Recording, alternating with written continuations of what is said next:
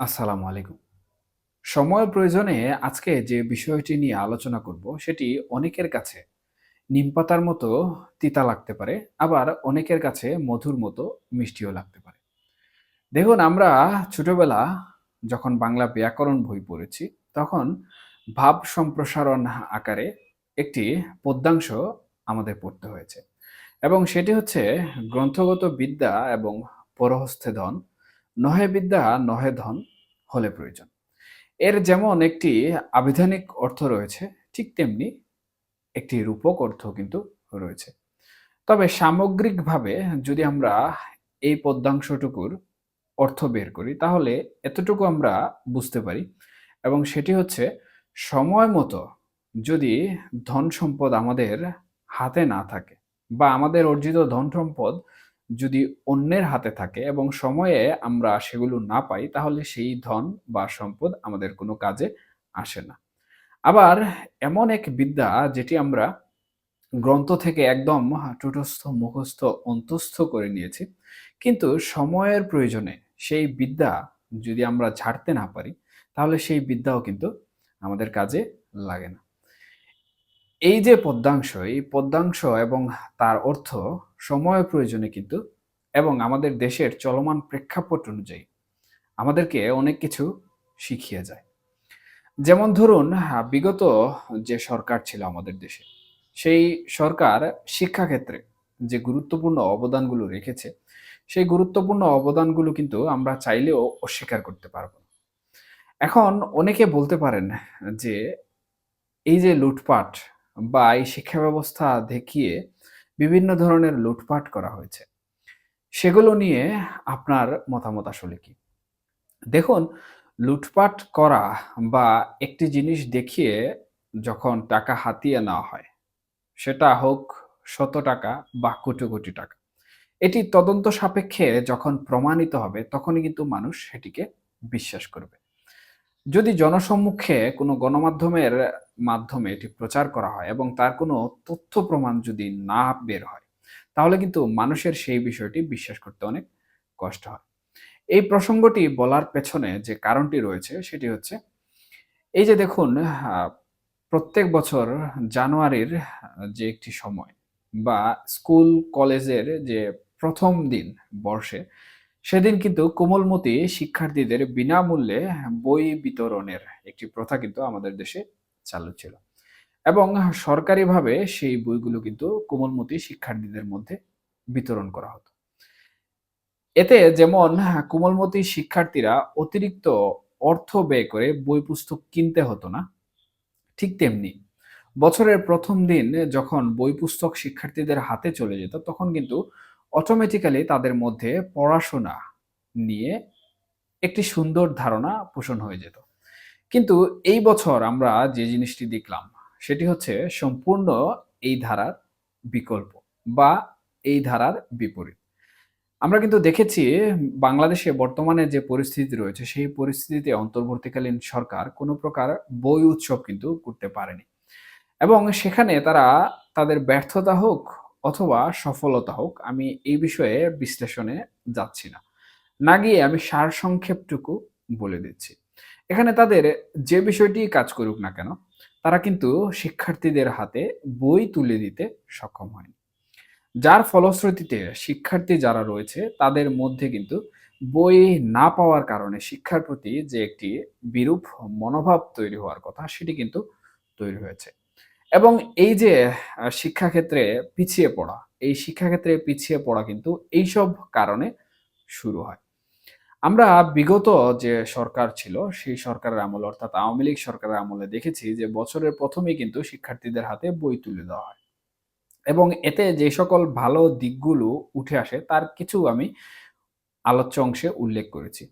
এখন শিক্ষার্থীরা যেখানে বিনামূল্যে বই পাবে, সেখানে তাদের যারা অভিভাবক রয়েছেন, তারাও কিন্তু বইয়ের বিষয়ে চিন্তামুক্ত থাকেন। এবং যেহেতু সরকারিভাবে শিক্ষাক্ষেত্রে বই দেওয়া হচ্ছে, সুতরাং অভিভাবকরা শিক্ষার্থীদের স্কুল অথবা কলেজমুখী করতে কোনো প্রকার দ্বিধাবোধ করেন না। এবং বাংলাদেশের যে প্রেক্ষাপট, সেই প্রেক্ষাপট অনুযায়ী কিন্তু এই যে বই পুস্তকের মধ্যে যে অর্থ ব্যয় হয়, সেই অর্থ ব্যয় করার সামর্থ্য কিন্তু অনেক পরিবারের থাকে না। কিন্তু বিগত সরকারের আমলে দেখেছি যে শিক্ষার হার বেড়েছে এবং দরিদ্র পরিবার থেকে যারা উঠে এসেছে তাদেরকে কিন্তু কোনো প্রকার অতিরিক্ত টাকা এই বই পুস্তকের পেছনে বা পাঠ্য পরিকল্পনার পেছনে খরচ করতে হয়নি। সুতরাং তাদের অভিভাবকরা এই বিষয় থেকে দুশ্চিন্তা মুক্ত ছিল এবং তাদের সন্তান যারা ছিল তাদেরকে বিদ্যালয়ে পাঠিয়েছে এবং যতটুকু সম্ভব তাদের সামর্থ্যের মধ্যে পড়াশোনা করাতে পেরেছে।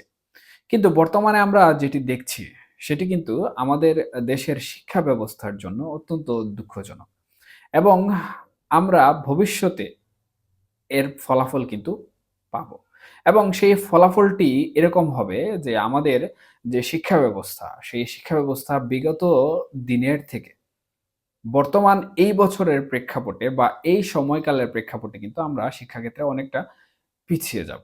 বিশেষ করে আমাদের যারা দরিদ্র শ্রেণীর মানুষ রয়েছেন তাদের দিক থেকে। এখন আরেকটি বিষয় এখানে উল্লেখযোগ্য সেটি হচ্ছে সৃজনশীলতা।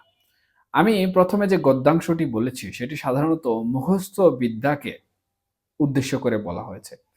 আমরা পূর্বে যখন পড়াশোনা করেছি বা আমাদের অভিভাবকবৃন্দ যখন পূর্বে পড়াশোনা করেছেন, তারা কিন্তু প্রত্যেকটা বিষয় একদম মুখস্থ করে তারপর পরীক্ষায় অংশগ্রহণ করতেন অথবা কোনো একটা বিষয়বস্তু পাওয়ার জন্য ইচ্ছা বা অভিলাষ পোষণ করতেন।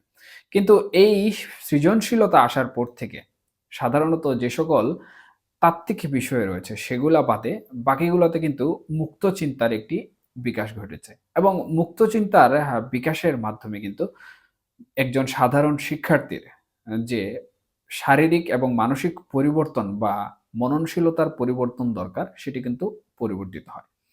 এবং এখানে অনেকে কিন্তু দ্বিমত পোষণ করতে পারেন যে না, সৃজনশীল যে বিষয়টি রয়েছে বা সৃজনশীলতার বিকাশ যেটি রয়েছে এটি আমাদের প্রয়োজন নেই। আমাদের গ্রন্থগত বিদ্যা বা মুখস্থ যে বিদ্যা রয়েছে সেটি আমাদের জন্য গুরুত্বপূর্ণ।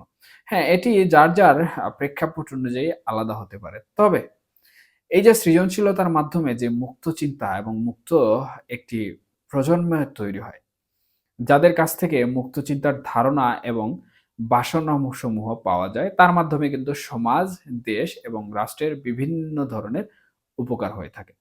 এখন সবাই যদি এক পড়াশোনা করতে থাকে এবং একই বিষয় মুখস্থ করতে থাকে, তাহলে কিন্তু সৃজনশীলতার বিকাশ একটি সমাজে কখনোই ঘটবে না এবং সমাজের পরিবর্তনও কিন্তু অনেকাংশে সম্ভব হবে না। এখন এই যে বই বিতরণ এবং বই না পাওয়ার যে একটি ক্ষুব্ধতা রয়েছে, এখান থেকে কিন্তু দেশের যারা নিম্ন মধ্যবিত্ত শ্রেণীর মানুষ রয়েছেন এবং যাদের মধ্যে কোনো ধরনের রাজনৈতিক চিন্তা চেতনা নেই, তারা কিন্তু একটি কথা বলছেন এবং সেটি আওয়ামী লীগের পক্ষে গিয়ে দাঁড়াচ্ছে। কারণ হচ্ছে আওয়ামী লীগের আমলে তারা কিন্তু বিনামূল্যে বই পুস্তক পেয়েছেন এবং তাদের যে কোমলমতি সন্তান রয়েছে তাদেরকে কিন্তু শিক্ষাক্ষেত্রে যাওয়ার জন্য উদ্বুদ্ধ করেছেন। কিন্তু বর্তমান প্রেক্ষাপটে এটি সম্পূর্ণ বিপরীত হয়। সেই সকল অভিভাবকবৃন্দ অনেকটাই ক্ষুব্ধ এবং বই পুস্তকের যে একটি খরচা রয়েছে তার মাধ্যমে কিন্তু তারা অনেকটাই শিক্ষাক্ষেত্র থেকে তাদের যে সন্তান রয়েছে তাদেরকে সরিয়ে নিয়ে যেতে বাধ্য হবে। যার প্রেক্ষাপটে কিন্তু আমাদের দেশের শিক্ষা ব্যবস্থা অনেকটাই ধ্বংসের সম্মুখীন হওয়ার সম্ভাবনা রয়েছে। এটি শুধুমাত্র আমার একটি নিজস্ব মতামত। এখন আরেকটি যে বিষয় রয়েছে সেটি হচ্ছে আমাদের বর্তমানে বাংলাদেশের যে প্রেক্ষাপট অর্থনৈতিক দিক থেকে, সেখানে দেখবেন কাঁচামালের অভাবে অথবা অর্থনৈতিক সংকটের কারণে কিন্তু বিভিন্ন ধরনের গার্মেন্টস বা শিল্প কারখানাসমূহ তাদের উৎপাদন ব্যাহত হচ্ছে এবং তারা অনেকটাই অর্ডার যেগুলা ছিল সেগুলা হারিয়ে ফেলছে। এবং আজকের পত্রপত্রিকা এবং গতকালকের পত্রপত্রিকায় আমরা যেটি দেখেছি সেটি হচ্ছে বাংলাদেশের মুদ্রাস্ফীতি বা মূল্যস্ফীতি বৃদ্ধি পাচ্ছে। এই যে মূল্যস্ফীতি বৃদ্ধি পাওয়া এবং এটি কিন্তু বর্তমানে বাংলাদেশে সবথেকে শীর্ষে। এই মূল্যস্ফীতি বৃদ্ধি পাওয়ার কারণে কিন্তু আমাদের যে খাদ্যদ্রব্য বা নিত্য প্রয়োজনীয় দ্রব্য সামগ্রী রয়েছে সেগুলো কিনতে গিয়ে কিন্তু আমাদের হিমশিম খেতে হবে।